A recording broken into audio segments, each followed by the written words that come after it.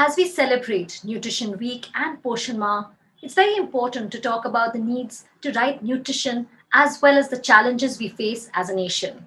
We have with us Deepa Sinha, Assistant Professor at Ambedkar University, Delhi. She's also with the Right to Food campaign. Deepa, thank you so much for joining us today. Thank you for having me.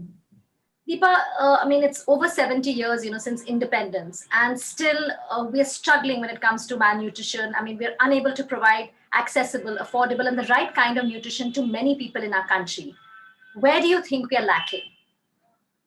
So when you look at malnutrition, of course, the consumption of food or the lack of food is one of the main determinants for why a person becomes malnourished.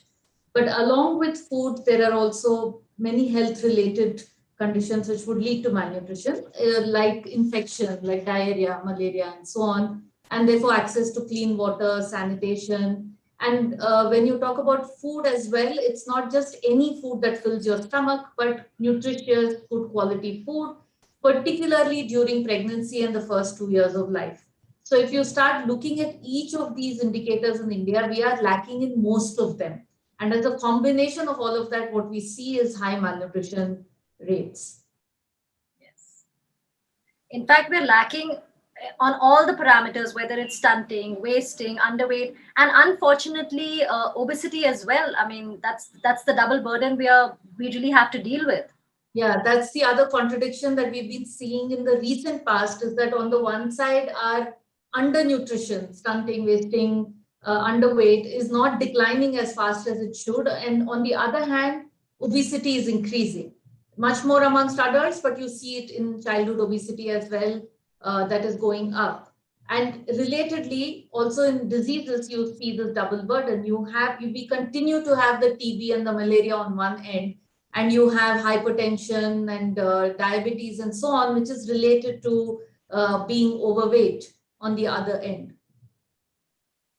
So just, we are having, this Facebook Live on the Banega Swasth India page. And before we have a lot of questions coming in. Deepa, I have a question. Food security is a huge challenge in our country. If you really look at it, we are the leading producer, pulses, milk, also the second largest producer of wheat, rice. So many things. So it's not a shortage. Where are we going wrong? Is it still so many people are hungry when we look at the index, the hunger index? Where are we going wrong? Is it with the public distribution system? When we talk about food security, you're right. The problem in India is not so much the problem of availability. We grow enough, especially of the staples. So rice, wheat, we have enough of. There is a bit of a problem with pulses and oil, but overall, availability is not the problem. The problem is distribution. And when we talk about distribution, one aspect of it is public distribution. The other aspect is also that people don't have enough money to buy the food that they need, which is because of low wages or unemployment. So, that is something, that's what I think the resources, which is where we are lacking. Absolutely. Resources at the household level, as well as the resources that the state is putting in terms of public support to nutrition. And even indirectly, if more jobs are created, if minimum wages are guaranteed, prices are kept stable, all of this adds to how much a household is able to keep itself food secure, because people buy food from the market, people grow their own food, and people get support from public programs. So in all of these, if things are going okay, then you see that overall you have a food secure household. Yeah, okay. But if you look at the other aspect, the positive side, the brighter side, at least we're talking about nutrition anemia. We've been struggling for years now, but there are a lot of programs like Poshan Ma, Anemia Mukt Bharat. The government and as a nation, we're talking about it. How important is it to speak about something so critical? Because actually, it's only really a healthy nation. It affects us in every way, even economically. It's extremely important. And there are a lot of studies to show, in fact, that childhood stunting is not just a problem during childhood, but it actually predicts adult outcomes in terms of how productive people are, how long they're able to live, how susceptible they are to diseases and so on. And therefore, even if we think from the point of view of economic progress, beyond a point, if our human development is so low, then that becomes the barrier that will stop how much we can actually reach the potential of even economic development.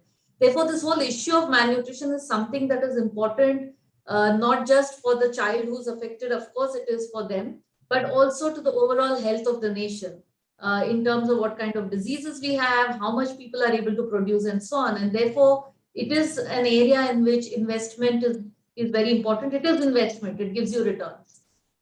Mhm. Yeah, true. I mean, I was also reading there are studies which actually show, the return on investment. So let's start taking the questions. The first question we have, Prerna is asking, Deepa, what are some nutritious foods that will actually keep us healthy? So when you think of what is nutritious food, it is what we have been, all of us, actually even grown up seeing in various advertisements or what we've learned in school. It's basically what you think of as a balanced diet, which of course, India being such a diverse country, the thali will look different in different parts of the country. But it basically has the main food groups. You will have your chawal, your roti, of whatever grain is grown. You will have dal, you will have dahi, you will have maybe anda, meat, machli, whatever people eat that, and green vegetables. It's getting all of this every day, which is what the challenge is. But otherwise, nutritious food is not something that needs to come from outside or from out of a packet. It's what we have been eating traditionally, but with the diversity. Yeah. So the balanced diet, I mean, you're saying we need to add everything. So that's very, very important. Next question, Preeti Yadav पूछ रहे हैं, which food should be given to children without malnutrition? मतलब अगर किसी बच्चे को malnutrition नहीं है, कई बार बच्चे खाते नहीं है, तंग करते, तो किस तरह का उन्हें खाना देना चाहिए? In fact, if it's a child with malnutrition or without malnutrition, dono ke liye bhi it's very clear what the child needs to be fed. There are WHO guidelines also on this. First 6 months, exclusive breastfeeding, which means nothing else. The mother's milk is enough to give nutrition and immunity to a child till the child is 6 months old. One of the things we see is the problem in our country is that then when you have to shift to complementary feeding, there is a delay there. In 7 months, when you have to start semi-solid foods, people continue giving only milk or so on. So you have to start semi-solid foods, which is again what is available at home. So again, traditionally, what has been coming, khichdi, add a dollop of ghee because the child has a small stomach, can't eat very much, mash vegetables in that, and slowly start eating what the rest of the family eats. The only thing that is recommended differently for very young children is to add more fat because it has to be calorie dense, which is why we again see that traditionally in all our households, ghee is added to what you give to a child. Mm-hmm. So we need to keep those things in mind.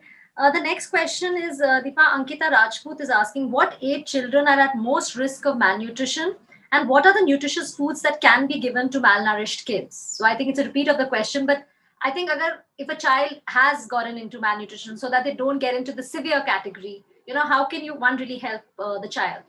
That's a good question. So for the first part of it, when are children at risk of malnutrition? Again, if you look at the data in our country, about 20% of the children are born malnourished in the sense that they're born with a low birth weight, and that is to do with the mother's nutrition.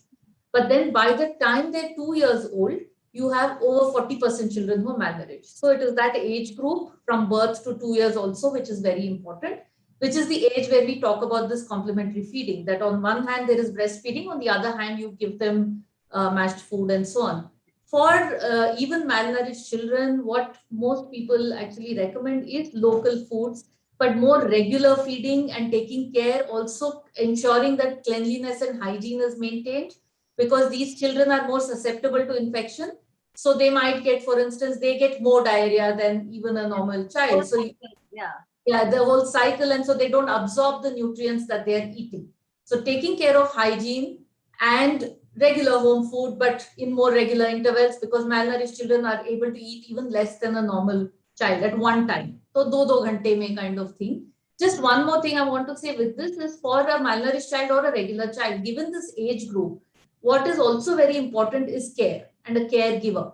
Because in this age, the child can't eat on her own, often cannot even ask for food. So you need the mother, you need the father or somebody to be with the child all the time. And amongst poor families, this is also a crisis, that most women are working, they don't have a place to leave the child. The child is often left with an older sibling who's not able to give the kind of care that the child requires. I think that's a very, very important point which you brought forward, because even if the food is available and somebody forgets to feed the banana, the banana to the child at the specified time where you say कि इस time बच्चे को खाना खिला देना, so that's a very important point. So first 1,000 days of the child, complementary feeding, of course, breastfeeding is something, again, it's good to see that India is at least talking about it, and we're celebrating. The next question, Deepa, is another very interesting question. Future Warriors asking, how can we achieve our nutrition target? Is there any research published over the issue of nutrition? Of course, there is a lot of research, but what do you think about the target? Because when we're looking at the Sustainable Development Goals by 2030, where are we and how can we really achieve the target? So research, of course, there is a lot. But one of the things is, I'll come to the research a little later, but in terms of where are we in achieving the target, we don't seem to be doing very well. We have the latest data that we have is from National Family Health Survey 5, which has been released only for 22 states because the survey was cut short because of COVID. But this is of 2019, end 2019 and early 2020. What that data shows is that between 15-16 and 19-20, we almost made no progress. It's like flat. So in some states, actually stunting went up, anemia increased. In some states, it reduced, but very low reductions, like 1 percentage point and so on.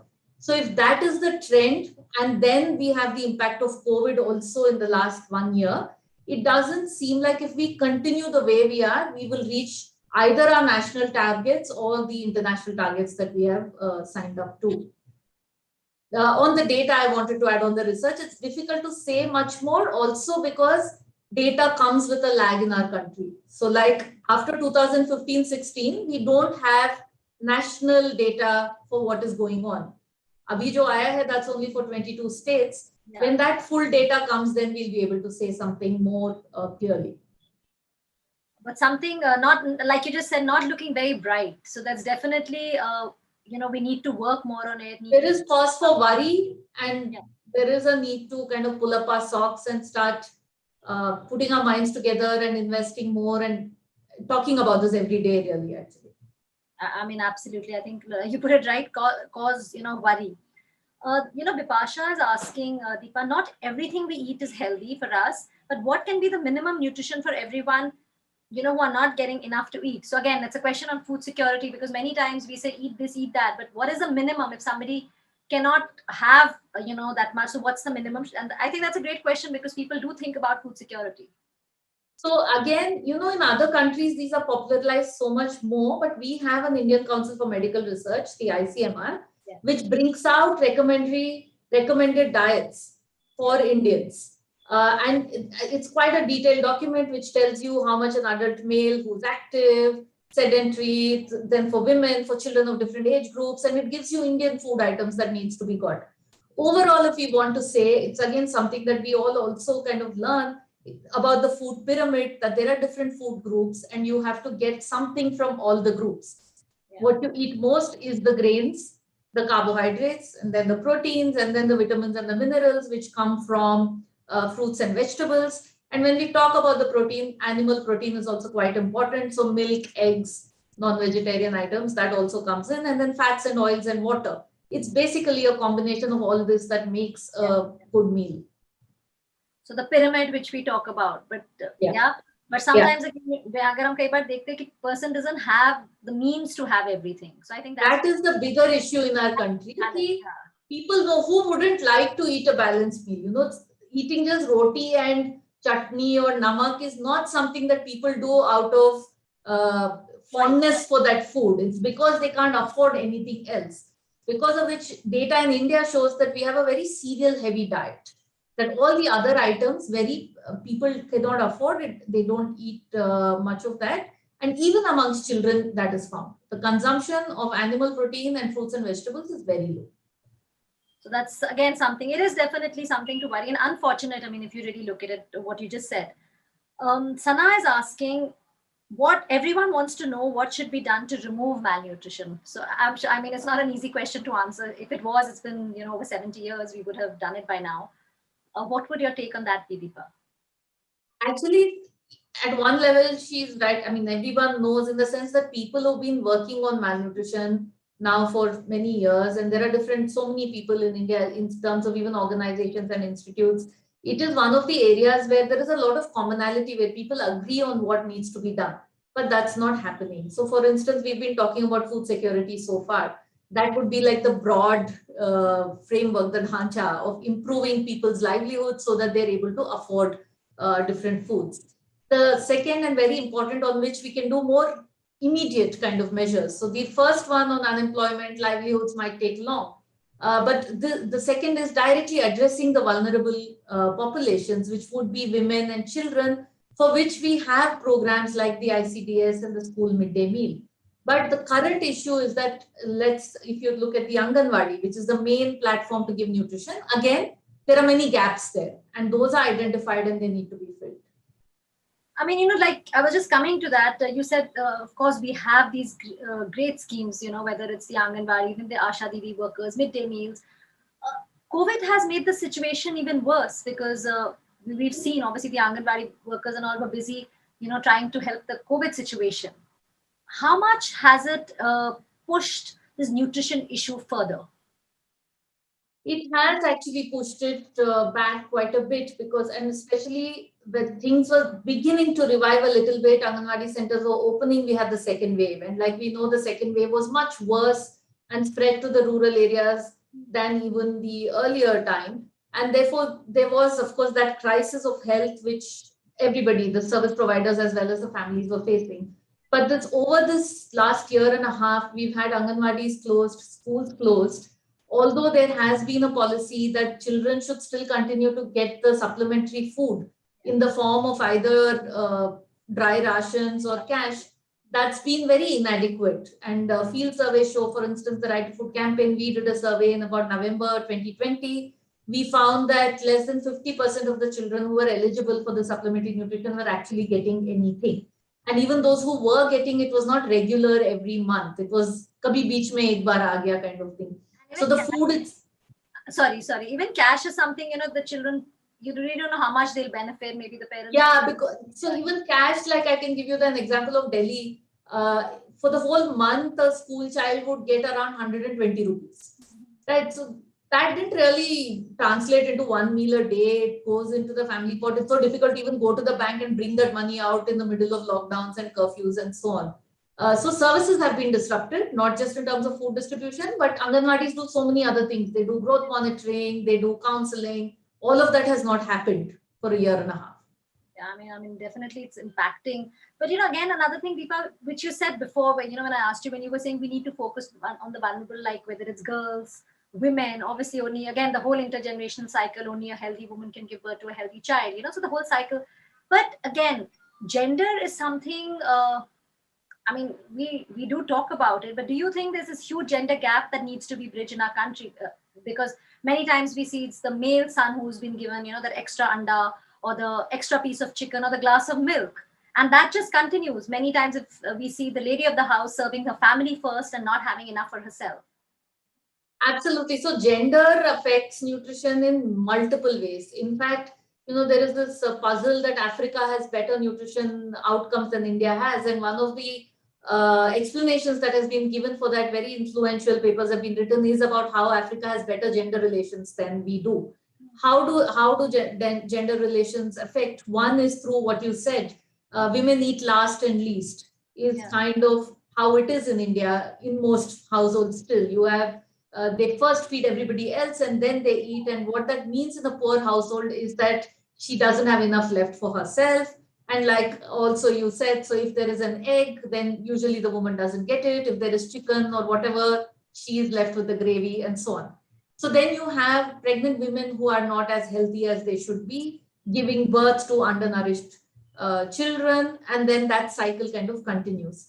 What is kind of interesting and good for us is that in childhood, we don't see, at least in terms of the outcomes, such a gender gap. This is really something that comes in as the girl child begins to grow. From adolescence, you start seeing the gap coming. But if I can just quickly add, it's not just gender relations in terms of the food that the women are getting, which is definitely of lower quality and lesser amount than other members of the family, especially when there is not enough. But it is also to do with everything else we talked about. For instance, if we are saying exclusive breastfeeding, if you just think for a moment and imagine, many of us have done it also, if it's a 2-month-old child, every 2-3 hours you are feeding that child. Poor women in our country do not have that kind of privilege of time also to be able to do it. Places there, 95% of women in the country work in the unorganized sector. They don't get maternity leave. They don't have childcare services. All of this also affects the child's nutrition outcome, because then exclusive breastfeeding does not become possible. The kind of childcare that is required for the child to be able to eat frequently fresh, hot meals does not become possible. So in that way also, the fact that the entire burden of childcare goes on the mother alone, that also contributes to the malnutrition being high. I think that's why you said, the caretaker also needs to be there. Like even breastfeeding, it's, the pressures on the mom because she has to lactate, but she needs that support, with the child. And I mean, the things that you said, and actually these things are doable. I think we just need to start figuring out, we need to start from scratch. They're all doable. That's what, if you look at it, it's not like we're not saying you need some special product or it has to come from some company or nothing. We're just saying things that are available around you.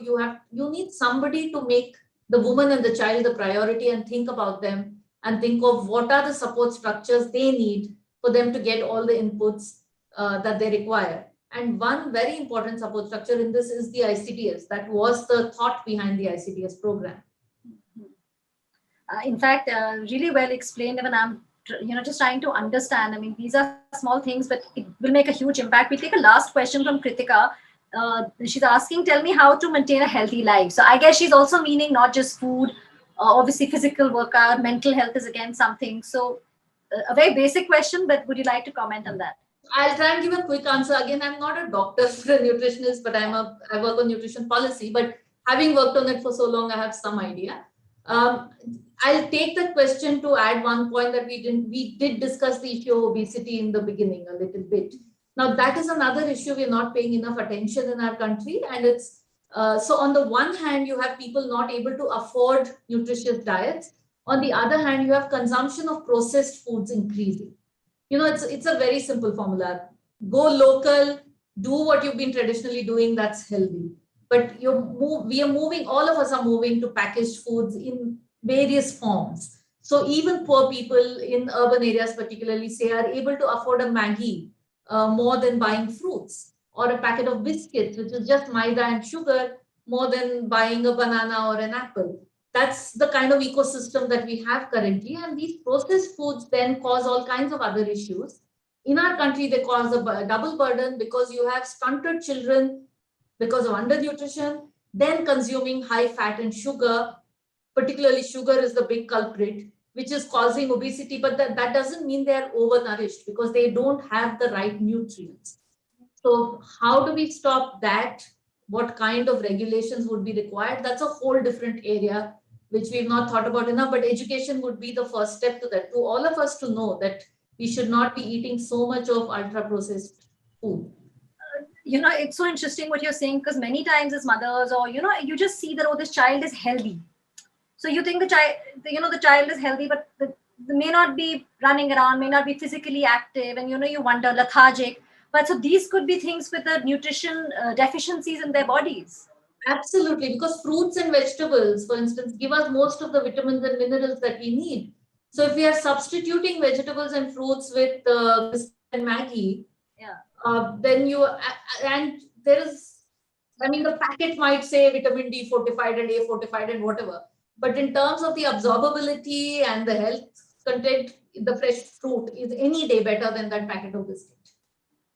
So eating right and not eating wrong.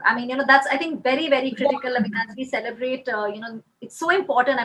It's not just about a week, but whatever little bit awareness we can spread, a message you would like to give, even on the policy, level, Deepa, considering, we're looking at 2030, the larger goal, the bigger mission. Yeah, I think like you said, it is good to have these weeks because at least it forces us to think about an issue which one might not otherwise. But it's not something, nutrition particularly, it is not like an infection that is coming and going. It's not a dengue, which is seasonal. It is every day, the right thing happening. If you don't eat for 3 days, you can't make up on the 4th day. Those 3 days are lost. So it has to be continuously in the public eye, that the right kind of nutrition and enough for the poor that they're able to afford. And at the same time, everybody is eating the right kind of food, which is encouraging the right kind of food systems here. And there also, if the issue is in the news, I hope and I think that the government also then prioritizes it more, not just in terms of having these weeks and having posters and so on, but putting more money behind it. That's what we need as well. Deepa, thank you so much for sharing your expertise. I think you've explained everything so well, and I'm sure our viewers would have also got all the answers. Thank you so much for being a part of it. Thank you. Thank you.